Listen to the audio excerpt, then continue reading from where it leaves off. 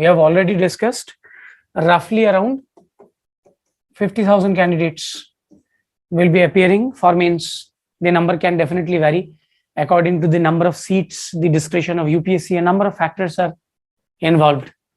For mains, in your day 1, you will be appearing for paper A and your paper B. Please remember, your paper A and paper B basically are your language papers. They are each of 300 marks. Why I want you to take the paper seriously? According to the annual report, roughly about 10% of the candidates, they fail in day 1 itself. If you do not qualify in the language paper, your rest of copy does not even matter, whatever you have written or not, right? Adarsh is saying for mains, it is 15,000 students. I think you are right. One moment. From 10 lakh, 15 and 3. Yes, Adarsh, you are right. I'm very sorry. I might have committed a mistake. It is 15,000 roughly. 15, yeah, absolutely right. It is sometimes 11,000, 12,000. I've just lost the track. Very sorry. There is a 5:1 ratio generally. So you are absolutely right. Here, see, for your language paper, there is 300 marks. Please remember, one paper that will be from the any language from the 8th schedule.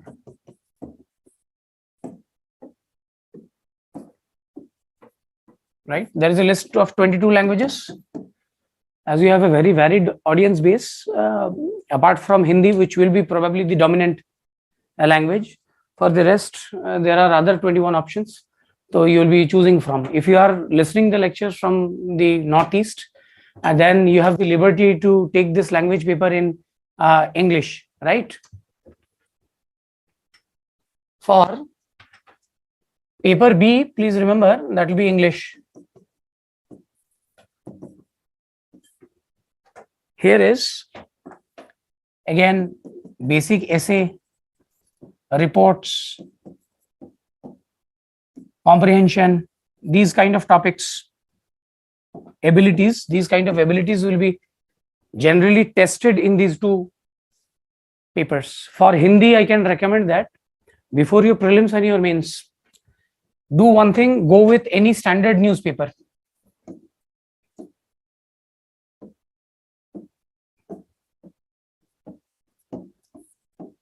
For Hindi, I can recommend you can read Dainik Jagran and Bhaskar. Right? Anash, you're saying that 3x for an interview. It does not matter. In generally speaking, it is the discretion. Generally, it is 1:5. In some cases, it is 1:3. It does not matter. It is not. You do not have to be very particular about this information. Right? Any standard newspaper and read the editorial. 50,000 was too much. I wanted to say 15,000. Here, read the editorial and translate it in English or vice versa. It will develop your linguistic abilities. If you go do it for suppose every 3rd day or every week even, if you are already good with your language, it is going to aid you, right? There is nothing to worry about the language paper. All you have to do is score 25% and above. That means here you have to score 75 marks. Please remember, the language paper is also qualifying in nature.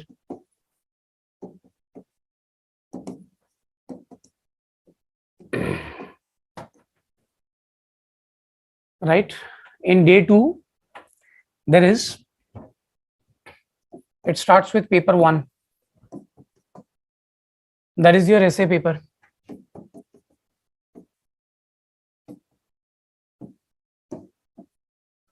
Right?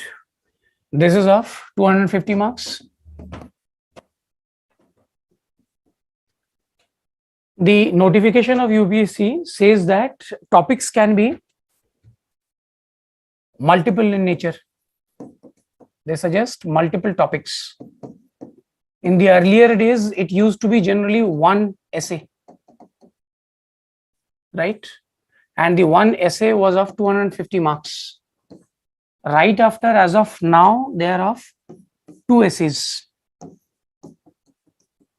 The UPSC notification says multiple. That means if UPSC tomorrow goes for more than 2, it is also justified from the notification. And as per the movement of UPSC is concerned, they are moving towards crisp writing, not bulky, the civil services works of the colonial past. We are trying to develop in a very crisp way to present multiple ideas efficiently. Thereby, there is a possibility that you will find multiple essays. Now, each essay will be of 120 marks. Please remember, the notification says that marks will be allotted for exact expression. That means the more you aptly write or express yourself, there will be more marks allotted. Also, please understand, generally speaking, these 2 topics are one generally of technical nature. One is of technical nature. That means it will be from, suppose, polity and governance.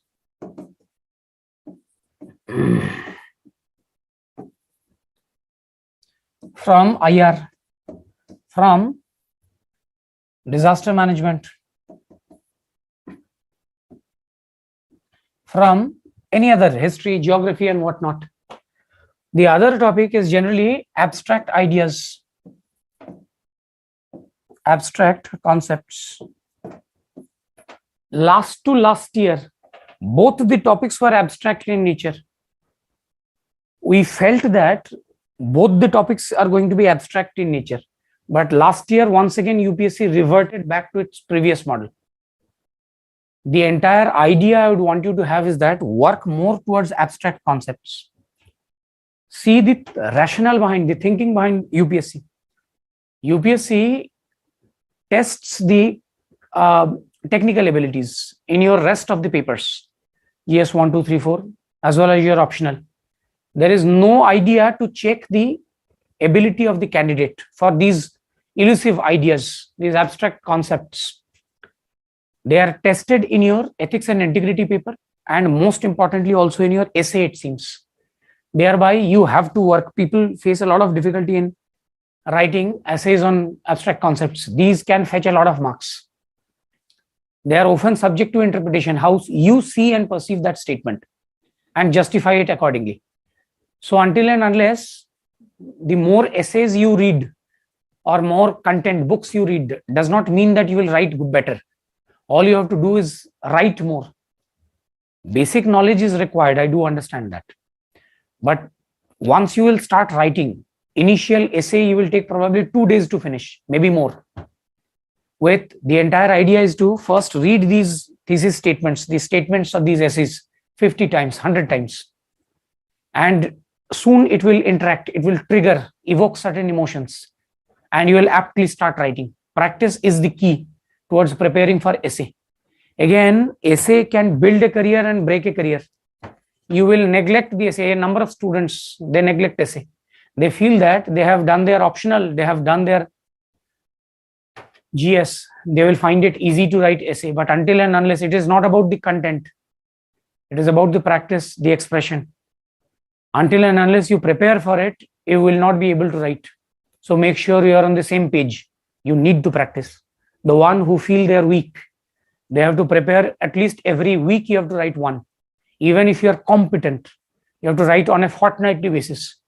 You can start very simple. You can read an editorial and express it in your own words. You can simply start writing an essay on cow or the flag, as simple as that. There is a fair possibility that you used to write back then when you were a child. You are not writing now. There is a fair possibility if I tell you to write an essay on cow, after writing 3-4 sentences, you will face a lot of difficulty.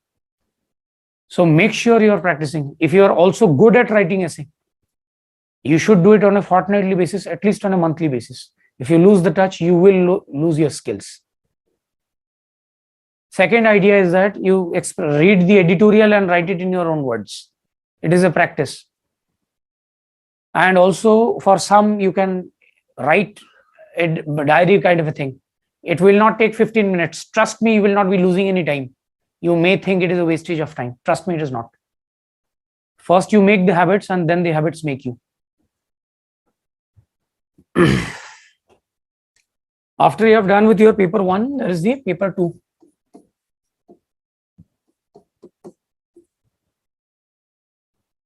Paper 2 is your general studies 1.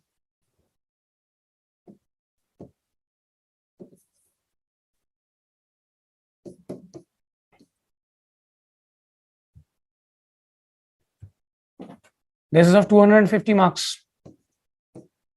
Here on onwards, the 250 marks, not as per the notification, but as per the trend, the analysis of the previous year's question papers. It is classified into 2 segments.